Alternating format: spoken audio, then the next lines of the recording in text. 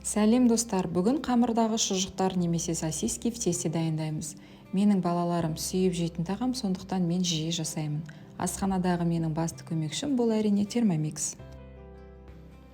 Чашаға 500 мл су, 1 шай қасық ашытқы, 10 грамм қант салып, 7 минут 37 градус бірінші жылдамдықта жылытамыз.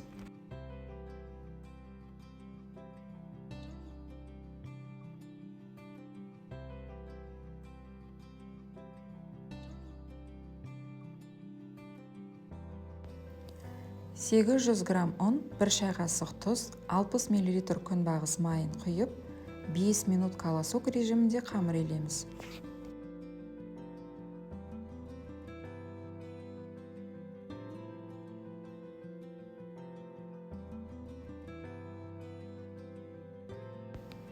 Қамырды ыдысқа салып, бетін жауып, жылы жерге 1 сағатқа қоямыз.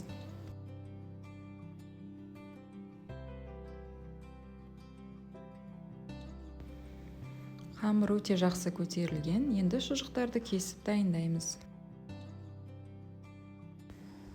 Қамырды бөлшектерге бөліп, әр бөлшекті оқтаумен жазамыз. Шұжықты салып, бір шетіне пышақпен кескіндер саламыз. Видеода көрсетілгенде ораймыз.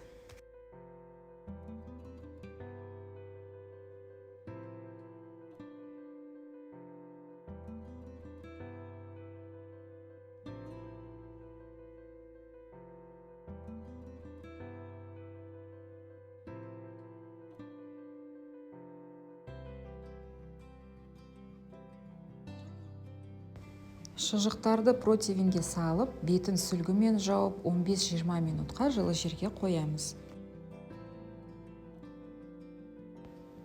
20 минут уақыт өткеннен кейін қамырымыз аздап көтеріледі.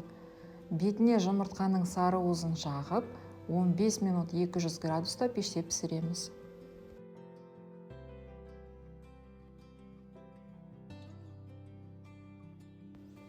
Осындай сүйкімді қамырдағы шұжықтарды міндетті түрде жасаңыздар. Балаларға ұнайды деп ойлаймын.